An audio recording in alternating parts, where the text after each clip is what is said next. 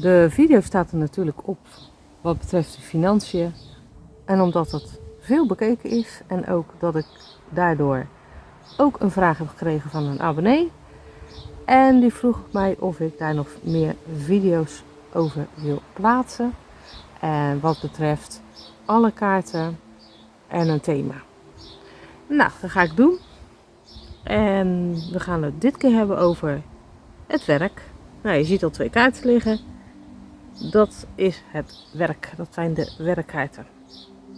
En daar ga ik mee aan de slag. Maantje, dat kent iedereen wel van het werk. Dat is natuurlijk de belangrijkste kaart. En dan heb je ook nog de vos, die staat ook voor werk. Goed, dat is even terzijde. We gaan beginnen met kaart nummer 1, de ruiter. Nou, de ruiter, waar staat de ruiter voor? Die staat natuurlijk voor dat je een bericht krijgt, een positief bericht van het werk. Het kan ook slaan op dat je een sollicitatiebericht krijgt. De uitslag daarvan. En dan, als die zo staat, is het altijd wel positief. Het kan ook gaan om een samenwerking. Dat je samen gaat hebben. En het gaat natuurlijk ook over werkbesprekingen. Dat is natuurlijk ook logisch dat het daarmee te maken heeft. Of, en dat zou je misschien minder leuk vinden, om over te werken. Daar kan die ook mee te maken hebben. Het ligt natuurlijk ook aan je vragen, hè? Dat snap je. Hè? Dus als je natuurlijk bepaalde vragen hebt, het thema is werk en je vraag, daar ligt het natuurlijk aan ook wat het betekent. Maar dat zijn dus de algemene dingen waar die voor staat. Dus de ruiter. Dan gaan we door naar de volgende. Dat is de klaver. Nou, waar staat de klaver voor? De klaver staat voor best wel een geluk in je werk. Maar een klein geluk, hè? Zoals je weet. Je weet natuurlijk wel wat ik altijd zeg. Ik ga het nog een keer herhalen. Dat is met kaart 31. Die staat voor een groot geluk. En kaart nummer 2, de klaver, die staat voor een gelukje, om het zo maar eens te zeggen. Goed. Hij staat ook voor ondersteuning. Dus dat iemand jou gaat ondersteunen. Nou, wat ik al zeg, een gelukje en ook verbeterde werkomstandigheden. Hij kan ook slaan op een overeenkomst. Maar, daar moet ik wel bij zeggen, meestal heb ik daar andere kaarten voor dan wat hier gezegd is. Dus deze trek ik eigenlijk zelf dan niet voor een overeenkomst. En daar trek ik dan weer voor de ring, het boek en natuurlijk de brief. Dus dat zijn de 3 kaarten die ik zelf trek. Als het gaat om een overeenkomst. Maar er wordt gezegd dat dit dan ook wel weer een overeenkomst kan zijn. Dus ik leg hem erbij. Zelf gebruik ik hem daar niet voor. Maar ik heb natuurlijk wel even gespit. Er zijn natuurlijk ook altijd mensen die toch nog een soort iets anders hebben. Net zoals dit. Dat iemand anders daar wel deze kaart voor trekt. Dus ik denk, ik ga hem sowieso aan jullie laten zien. Dan, misschien dat jullie dat inderdaad ook hebben. Maar goed, deze kan je natuurlijk ook in de gaten houden. Maar daar komen we zo nog wel even op. Dan kaart nummer 3. Het schip. Dat is hem, het schip. Nou, waar staat hij voor? Die kan te maken hebben met buitenlandse zaken. Buitenlandse dingen, want daar staat het schip best wel vaak voor. Dus ook in je werk, buitenlandse zaken. Nou ja, ook inkomsten uit het buitenland, hè, wat betreft je werk. Of natuurlijk, wat logisch is, werken met reizen of met schepen. Wij kijken het programma Below Deck. En daar kan het natuurlijk ook voor staan als je dan zeg maar graag zou werken op een cruiseschip of wat dan ook. Dus daar kan die ook mee te maken hebben, dus hou dat ook in de gaten. Dan, nummer 4. Het huis. Nou, die staat natuurlijk, voor als je weet, voor ZZP-werk. Daar staat hij voor. En hij kan inderdaad ook staan voor thuiswerk. of werken in onroerend goedhandel. Daar staat deze kaart voor. Of werken in een klein bedrijf. Kan die ook voor staan. En dan heb je kaart nummer 19. Dus je hebt werken in een klein bedrijf. Daar kan dus deze voor staan. 4 en 19. Nou ja, je raadt het al. Dat is natuurlijk werken in een groot bedrijf. Ook even terzijde. Gewoon leuk. Allemaal van die kleine weetjes waar je gewoon een hoop aan hebt. Kaart nummer 4 was het. En nu gaan we verder met kaart nummer 5. De boom. Nou, de boom in de werksituatie natuurlijk. Nou, werk in de gezondheidszorg staat hiervoor. Het kan ook te maken hebben met dat je fouten maakt in het werk. Of dat je geen werk hebt. Maar dat kan. Zelf trek ik daar een andere kaart voor. Dat is nummer 9. Dat kan dus ook te maken hebben met dat je geen werk hebt. Maar goed, daar komen we ook zo nog even op terug. Dus dit was nummer 5. Gaan we door naar nummer 6, de wolken. Ja, dat is echt wel een beetje een ding, hè. Van, oké, best wel shit op je werk meegemaakt. Best wel een tijdje shit op je werk meegemaakt. En het is wel zo, je ziet de zon al schijnen. Dus je ziet wel dat het aan het opklaren is, om het zo maar te zeggen. Kijk, liggen ze andersom, een stukje ander verhaal. Ik doe nu de kaarten natuurlijk rechtop behandelen. Dus deze kaarten zegt, nou ja, probleem op het werk. Maar het is wel weer dat de zon aan de horizon gloort. En dat er daardoor ook de problemen wel, hoe moet je dat zeggen? Dat je allemaal je zegje hebt gedaan en dat het daardoor ook duidelijker is geworden. Vaak heb je ook problemen nodig. Vaak heb je ook problemen nodig om juist dan weer de duidelijkheid ervan in te zien en zo ook weer verder te kunnen. Nou, het kan ook zijn dat het iets geblokkeerd is in het werk, maar dat is dan even, dat is tijdelijk, hè, want dit is niet de kaart van nummer 21, hè, de berg. Dit is echt nummertje 6. Ik kan hem nog even laten zien natuurlijk. Dat is de berg. Nou goed, dat is wel echt wel een groot obstakel. En een groot probleem op je werk. Maar nummer 6 is een tijdelijk probleem. Nou, dan staat hij, staat eigenlijk weer geen inkomsten uit werk. Waar dus ook de 9 voor staat. Even erbij gezet. En dat is het eigenlijk. Daar staat de 6 voor. Ligt ook natuurlijk wel weer aan je vraag, zoals je weet. Nou, nummer 7. Die heb ik ook een keer getrokken voor iemand. En dat had ik eigenlijk toen net geleerd. En toen kwam die ook zo uit. En die was als beroep schilder. Nou, hij kan dus ook staan voor schilder. Ook even terzijde, maar gewoon leuk om te weten. Of bijvoorbeeld scheikundige beroepen. Of doktersberoepen, dat soort dingen. En hij kan ook staan voor de kunstwereld. Dus werken in de kunstwereld. En waar die voor staat is dat je terugvalt in slechte gewoontes. Maar het is natuurlijk de 7, het is de slang. Dus hij staat ook voor dat er best wel een probleem is op je werk. En dat kan ook met een persoon te maken hebben. Maar het loopt allemaal niet zo lekker. Dus het is wel zo dat een ander daar best wel veel invloed op heeft. En daardoor het allemaal niet lekker loopt op je werk. Dus een persoon waar je wel even voor uit moet kijken. Laat ik het zo zeggen. Dus even goed gaan bedenken wat je gaat doen. En hoe je het gaat oplossen. En dat soort dingen. Dus, maar een soort waarschuwingskaart is het natuurlijk ook wel. Dan nummer 8. Nou, voor mij staat hij eigenlijk altijd voor een nieuw begin. Dat is in financiën zo bij mij. Hij kan natuurlijk in de financiën ook staan van een faillissement. Hou dat even ook in de gaten wat betreft je vraag. Wou ik ook even zeggen naar aanleiding van de vorige video. Dat ik dacht van, oh ja, dat is waar. Mij staat hij voor een nieuw begin. Dus moet je maar even kijken hoe dat voor jou is en of dat ook zo is. Het kan ook staan voor het werk loopt ten einde. Maar dan is het bij mij andersom. Dus. Maar goed, ik denk ik zeg het wel even erbij. Hij kan dus ook, dat je werkt met dat iets met de dood te maken heeft. Hè, dat je dat soort werk doet. Dat kan natuurlijk ook. Of dat je een hele grote werkdruk voelt. Daar kan hij ook voor staan. En waar hij sowieso voor staat, want daar heb ik hem echt heel veel keer voor getrokken voor klanten, is reorganisatie op het werk.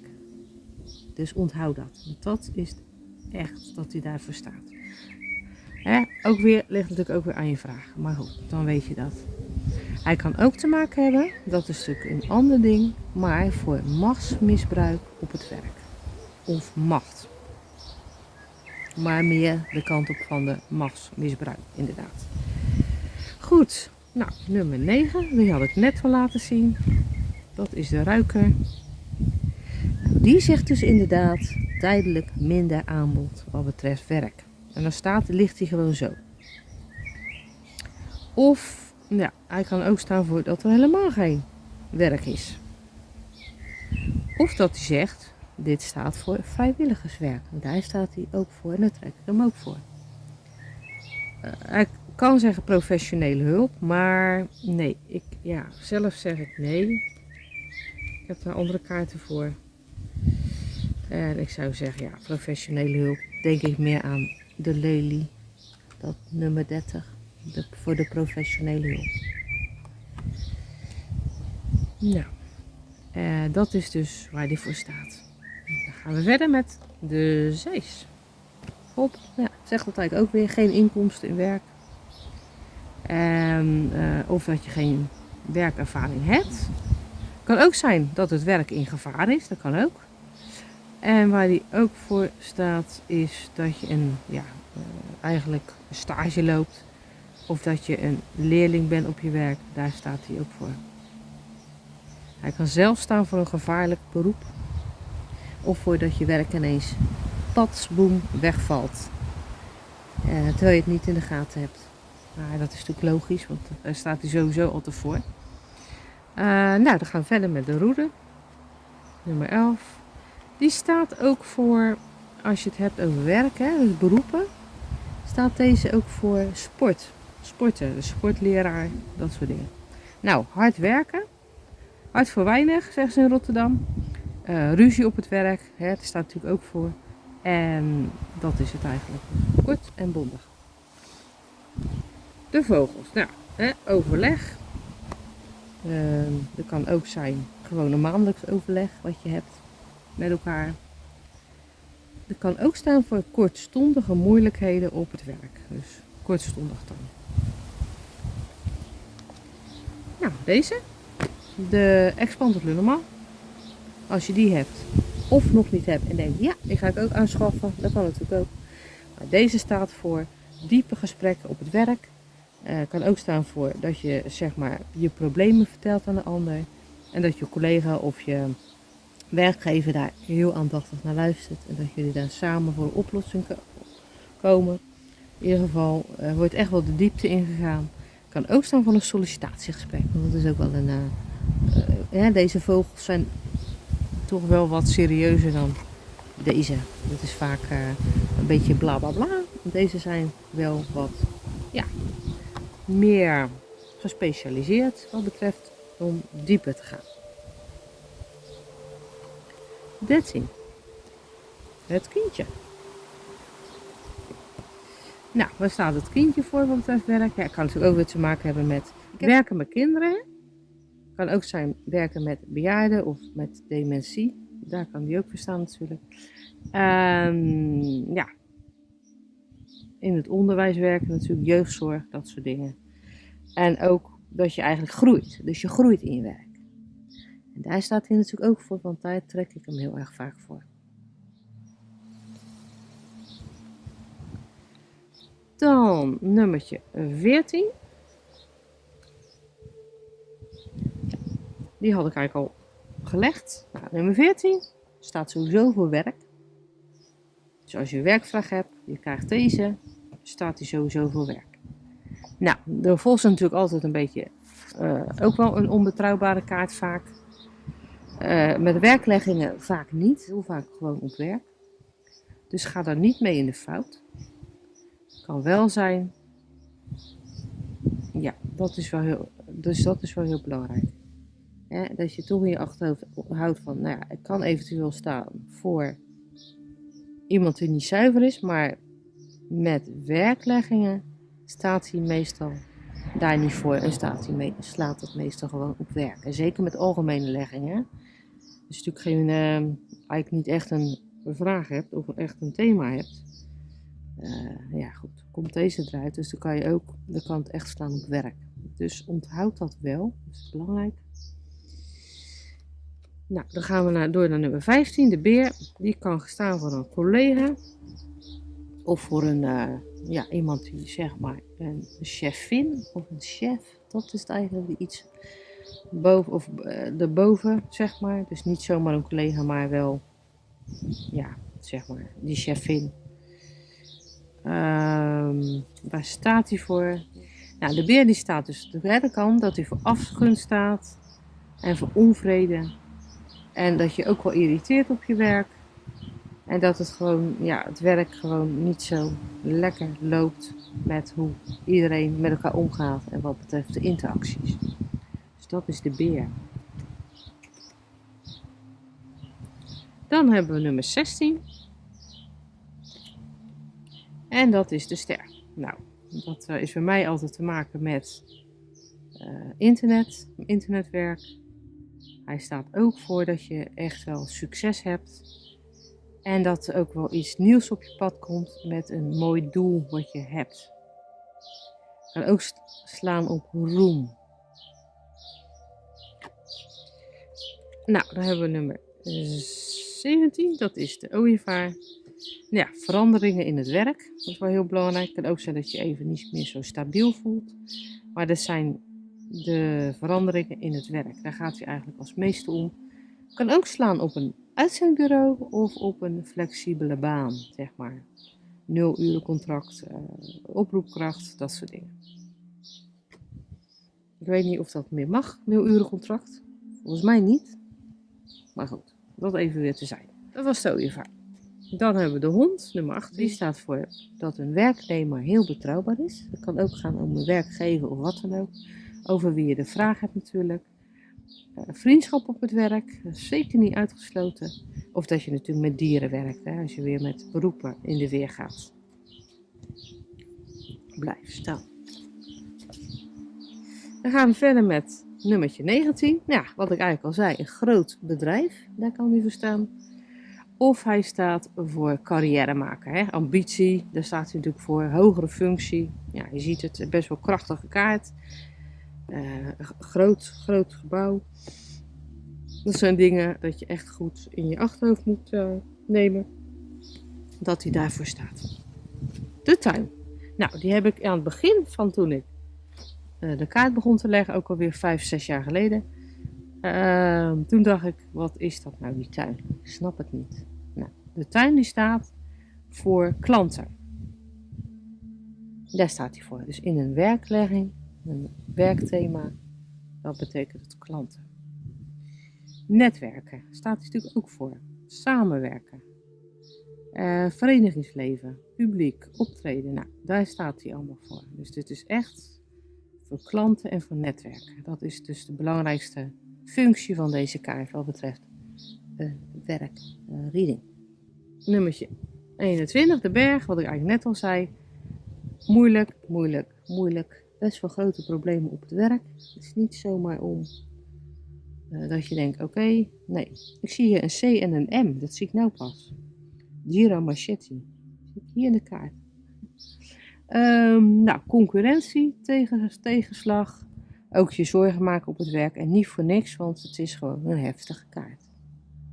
Dus er zijn wel grote problemen die opgelost moeten gaan worden. Goed, de weg, nummer 22, daar zijn we alweer. Nou ja, het betekent vaak keuze maken. Dus ook een keuze maken in het werk of in je beroep. Een keuze maken.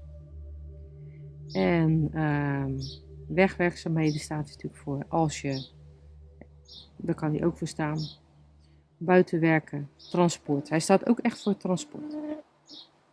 deze kaart. Dus maar inderdaad een keuze maken. Of dat een keuze voor jou wordt gemaakt in het werk of in het beroep.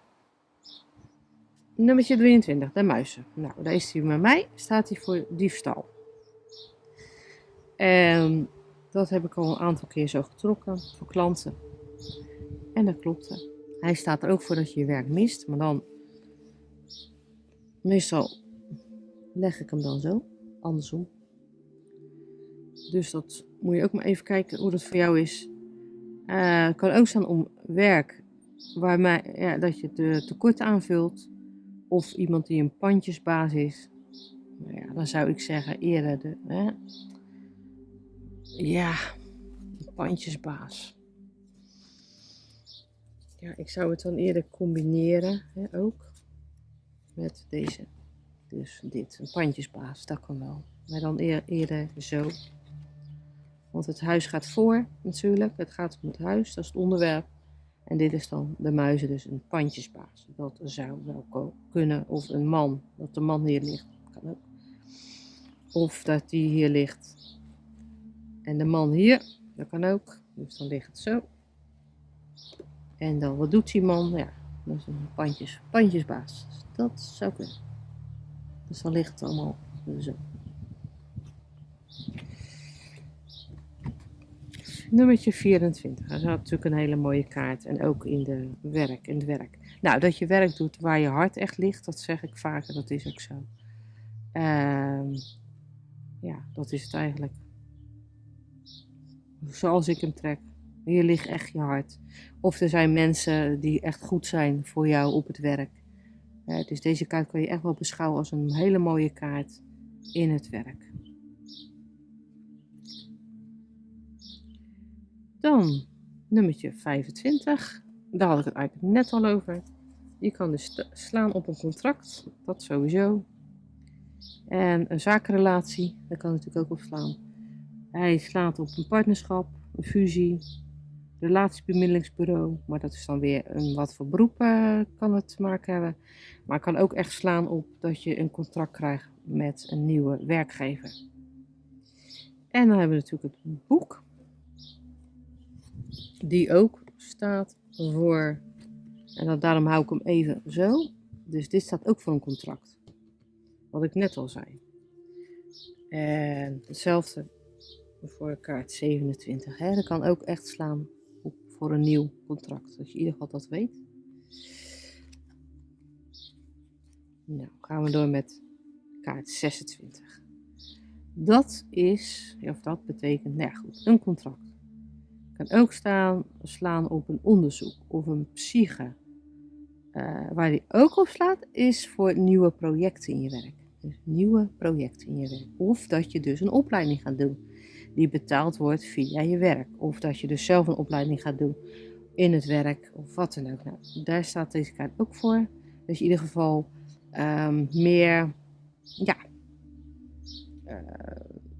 meer weten over het werk. En dat je daardoor geholpen wordt door de boeken. Het kan ook zijn dat je een boek gaat kopen. Maar meestal slaat het ook echt op een bepaalde opleiding die je gaat volgen. Het kan ook slaan op een onderzoek. Ja, dat is het eigenlijk. En in het werk natuurlijk onderwijs, boekensector, bibliotheek, dat soort dingen.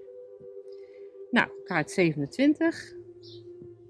De brief. Nou, wat ik al zei, daar ga ik weer mee beginnen. Het contract. En bericht over werk kan je krijgen. Hetzelfde als nummertje 1. Dat is ook bericht over werk.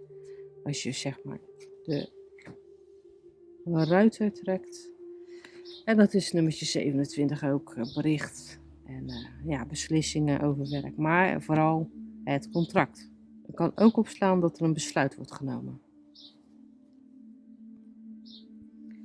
Nou, nummer 28. Dat had ik eigenlijk al net gepakt. De Heer. Dus de Heer die zit ergens. Dit is de Expander Le Normand hier. En de Heer die heeft zich even verstopt.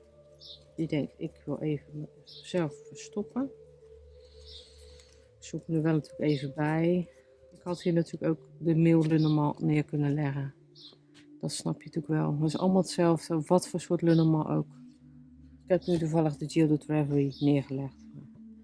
Goed, nou, de mannen. Nou, ligt vaak voor een man waar je kan vertrouwen, die ook echt jou belangrijk vindt, die man gaat echt iets betekenen in je werk. Let maar op, dat is gewoon iemand die heel belangrijk voor je is. Kan om een collega gaan, kan om een leidinggevende gaan of een baas of wat dan ook. Daar kan het allemaal verslaan. Maar goed, iemand wel met een goed hart, als die rechtop ligt, hè, natuurlijk. Dus er valt eigenlijk niet zoveel over te zeggen, maar wel over dat het vaak dat je met diegene wel in contact komt. En dan niet zomaar een man, maar heel belangrijk. Kan ook op jezelf slaan als het jouw persoonskaart is. Zodat je echt aandacht hebt voor je werk. Maar in ieder geval allemaal positief. En dan gaan we natuurlijk naar kaart nummer 29. Dat is de vrouw. Als ik ze zo leg, dan is het, dit is van de gewone Lenormand en dit is van de Expanded. Maar ik leg ze even zo, dan kijken ze elkaar aan. Dat vind ik wel gezellig. Nou, dames. Nou, betekent eigenlijk hetzelfde als de mannen. Dus dat er een vrouwelijke collega voor jou heel belangrijk wordt, of gaat worden. En dat kan ook weer geslaan op een collega, een leidinggevende, een bazin, dat soort dingen. En dat ze ook gewoon heel veel aandacht heeft voor haar werk. Maar goed, het zijn echt positieve kaarten. Dat je ook begeleiding krijgt van die dames, hè. Nou, de lelie, dat hadden we net al. Die slaat echt op promotie. Kan ook slaan op steun en begeleiding van een man of vrouw, wat dan ook. Carrièrebegeleiding. Dat is het eigenlijk. Daar zit te slaan. Of het werken met ouderen. Kan eventueel ook. Dus net zoals kaart 13, bijvoorbeeld met dementie, kan het ook slaan op kaart 30, de lelie. Maar goed, vaker slaat hij op promotie en steun en begeleiding en carrièrebegeleiding. En waar nummertje 30 ook voor staat, is voor een autoriteit. Daar staat hij ook voor. Of iemand die jou begeleidt, bijvoorbeeld in je psyche. Staat natuurlijk deze kaart ook voor. Als we het hebben over beroepen dan. De zon. Dat je inzicht krijgt, dat er ineens een Eureka-moment komt. Of dat je ineens een hele leuke baan aangeboden krijgt. Dat je echt heel erg op zit te wachten. Hij kan ook staan voor yoga en meditatie. En voor spiritualiteit. En dan natuurlijk ook heel vaak met de maan. Die heb ik natuurlijk net ook gebruikt. Dus ik moet even kijken waar ik die gestopt heb. De maan. Dus, kaart 32, als je die samentrekt, dan staat het zeker voor spiritualiteit. En deze staat helemaal voor spiritualiteit. 36. Maar goed, dat komt zo wel. Goed, we gaan het eerst hebben over kaart 32. Nou, deze kaart staat natuurlijk sowieso voor werk. Dat weet je, dat is de werkkaart. En hij slaat ook op, carrière, maatschappelijk succes. Hij kan natuurlijk ook voor gevoelens slaan, maar daar hebben we het nou niet over. We hebben het nou echt over werkkaart. Dus daar staat hij voor. Werk en beroep. Kaart nummer 33, de sleutel. Nou, advies krijg je. Succes en mogelijkheden in verband met werk. Gaat de goede kant op. Staat ook alweer voor therapeut. Net zoals kaart nummer 30. Terwijl ik meestal wel kaart nummer 30 daarvoor trek. Maar goed, het gaat ook wel de hele goede kant op. En je krijgt ook inzichten in het werken. En ineens ook weer dat Eureka-moment. Kaart 34. Nou, dat is echt een geldkaart.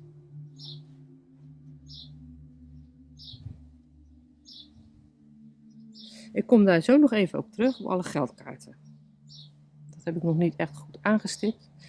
Dus alle geldkaarten kom ik zo op terug. Dus kaart 34, de vissen. Uitbreiding van werkzaamheden. En goed, dat dingen ook in het bedrijf ineens kan gaan groeien. En dat het, dat is het eigenlijk. Het kan ook staan voor reclame. Maar in ieder geval gaat het wel de goede kant uit. Echt wel een leuke uitbreiding voor jou. Misschien een andere baan, misschien dat je nog werk erbij krijgt. Hij staat sowieso voor geld natuurlijk. Nou, het anker, dat is kaart 35. Nou, liefde voor het werk, daar staat deze kaart voor. Dat is het eigenlijk. En dan kaart nummer 36, daar had ik het net al even over. En die staat voor... Dat is het kruis natuurlijk. En die staat ook voor spiritualiteit. Even. Maar goed, hij staat ook voor minder werk. Of dat je best wel een werklast op je schouders draagt. Of dat het werk frustreert of vertraagt. Grote werkdruk. Of dat er een einde komt natuurlijk aan je werk. Dat is logisch, want het is kaart 36. Dus het einde dat er aan je werk komt. Dan gaan we verder met de Expansive Lenormand. Nou goed, daar bestaat natuurlijk helemaal niks voor. Dat is niet te vinden. Dus dat heb ik zelf, moet ik zelf even induiken. Wat betreft het werk. Hè. Dus we gaan beginnen met kaart 37, de tijd. Nou, het werk kan lang op zich laten wachten. Of het is een langdradig werk. Of het is werk wat je met heel veel precisie uit moet voeren. Het is werk waar je niet zomaar... Het is niet zomaar iets. Zo van, weet je wel. Het is echt wel werk waar je heel veel tijd voor uit moet trekken. En werk wat echt heel precies is. Waar je dus heel veel achtergrondinformatie ook bij nodig hebt. Dus waar je niet zomaar in kan rollen. Het vereist wel echt wel een specialisatie. Dat is kaart 37. Maar kan ook wel staan voor dat je even geen werk kan vinden. Hè? Want het is natuurlijk, daar staat deze kaart ook voor. In between jobs, hè? Wat ze dan altijd zeggen. Nou goed, 38. 38, de brug. Of de bruggen. Het zijn natuurlijk 2 bruggen, maar ik zeg altijd de brug. Overbrugging in het werk.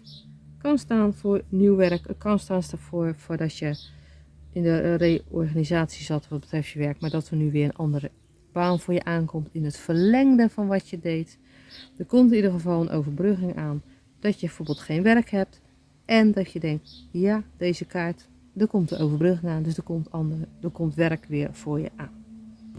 Dus dit is altijd een hele mooie kaart. Nou, kaart 39, dobbelstenen. Ja, ik zou even zeggen, pas op of ga er niet zomaar blind in het werk. Als je nog geen werk hebt en je krijgt deze kaart voor werk wat er aankomt. Het kan ook zijn dat je sowieso op je werk wel even op moet passen. Dat er iets is dat niet helemaal lekker loopt. Dat je daar ook best wel een onderbuikgevoel over hebt. Nou, ga ermee aan de slag. Kijk voor jezelf wat het is.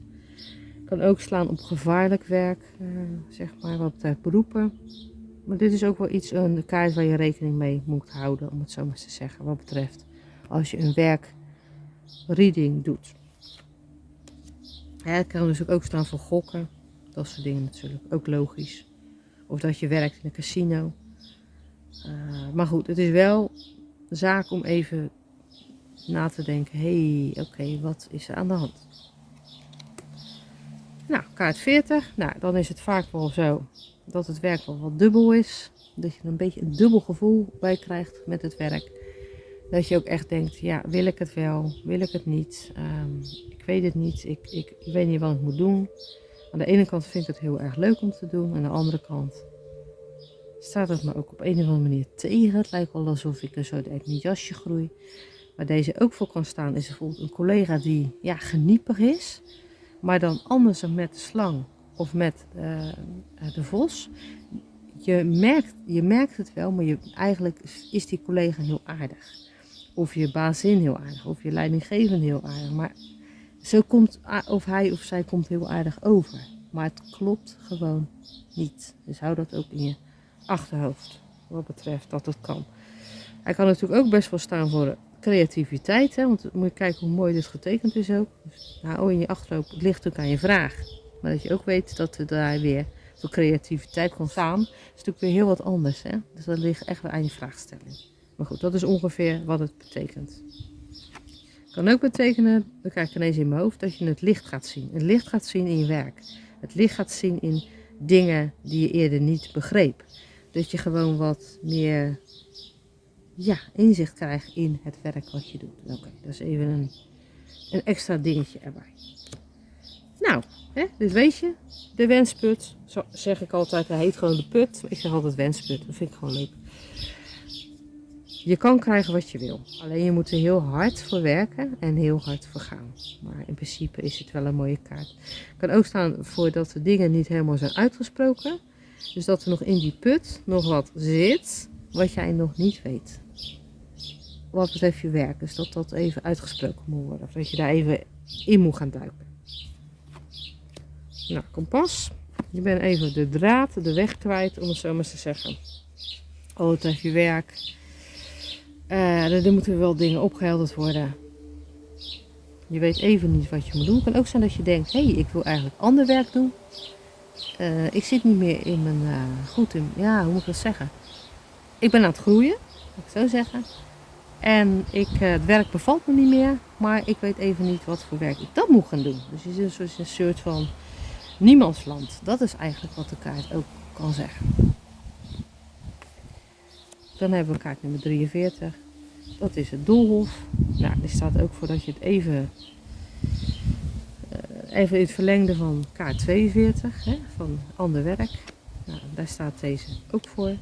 Dat je heel erg aan het nadenken bent en heel erg aan het focussen bent. Wat voor ander werk wil ik en hoe kan ik dat aanpakken? Maar het kan ook zijn dat je zegt van, er is iets in mijn huidige werk en dan denk ik, ik ben wel over aan het piekeren. Dus ik kan sowieso ook slaan op piekeren op je werk. Als laatste kaart 44, de Magnificent Glass. Of de Loop, wat jij allemaal wil, maakt niet uit. Deze kaart die slaat voor dat je op je werk aan het bekijken bent. Van, hé, er is iets aan de hand. En ik ga dat even nader onderzoeken. Of ik ga er een studie bij doen. Maar waar die ook echt op slaat. En dat ga ik toch even erbij pakken. Want dat is wel belangrijk. Zeker, en nu in het werk, maar het kan eigenlijk overal opslaan. Bijvoorbeeld deze, kaart 27. Nou, wat zei ik? Die staat voor doe even zo, contract.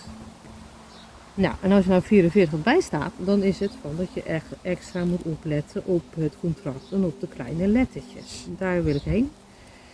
Dus kijk voor jezelf naar de kleine lettertjes in je contract. Dat is even een soort van waarschuwing, of in ieder geval van bewustwording van de kaarten. Van hey, let er even op. Dat je niet zomaar klakkeloos iets gaat ondertekenen.